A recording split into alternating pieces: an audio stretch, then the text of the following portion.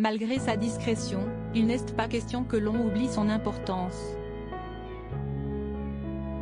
Olivier Dussopt, l'actuel ministre du Travail, fait l'objet ce jeudi 23 février d'un portrait dans le magazine L'Express, revenant sur l'homme fort de la réforme des retraites au cœur des débats, mais aussi sur son tempérament et son ego, l'ancien socialiste refusant d'être considéré comme un technocrate remplaçable facilement.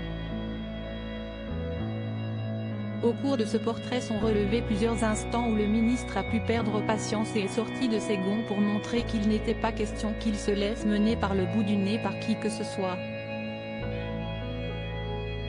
Si sa colère contre les députés LFI à la fin des débats sur la réforme des retraites à l'Assemblée nationale n'a pas manqué d'être relevée, une autre anecdote a également été pointée où le ministre a exprimé son mécontentement, ne se sentant pas assez pris en compte dans la présentation de la réforme des retraites, qu'il porte pourtant en grande partie. Il est de ceux qui bouillent à l'intérieur, trahis par une bouille qui rougit à l'extérieur. Un Dussopt qui en a gros sur la patate, ça se voit, rapporte le magazine avant de raconter ce soir hivernal à l'Élysée où le ministre s'est senti mis à l'écart. Autour du président, des chefs à plumes de tout horizon, on discute retraite, paramètres, on définit une stratégie. De toute évidence, pas celle choisie par le porteur de la réforme. Il reste muet, mais sur sa tempe, une veine s'apprête à claquer. Tu vas bien ? S'inquiète par SMS un autre convive. Si ça continue comme ça, je me barre. Pour de vrai, répond Dussopt. Arrête. Fais pas le con. Je te jure, j'en peux plus.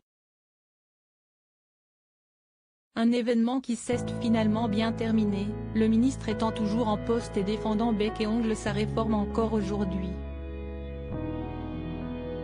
Découvrez les ministres du gouvernement borgny. Olivier Dussopt, ses colères n'épargnent, presque, personne. Le portrait révèle également que lorsque la colère d'Olivier Dussopt est présente, elle n'épargne personne, pas même ses supérieurs.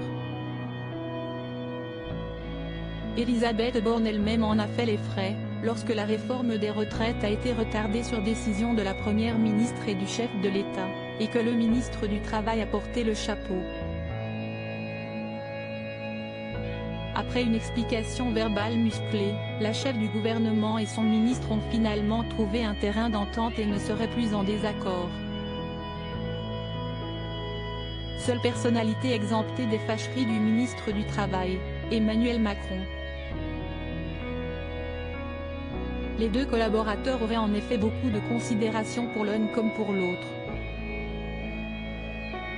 Pourtant, il y a quelques années, les deux hommes s'étaient invectivés lourdement, au point de presque en venir aux mains. Mais il semble qu'aujourd'hui, cette histoire est loin derrière eux. Crédit photo, Stéphane Le Mouton.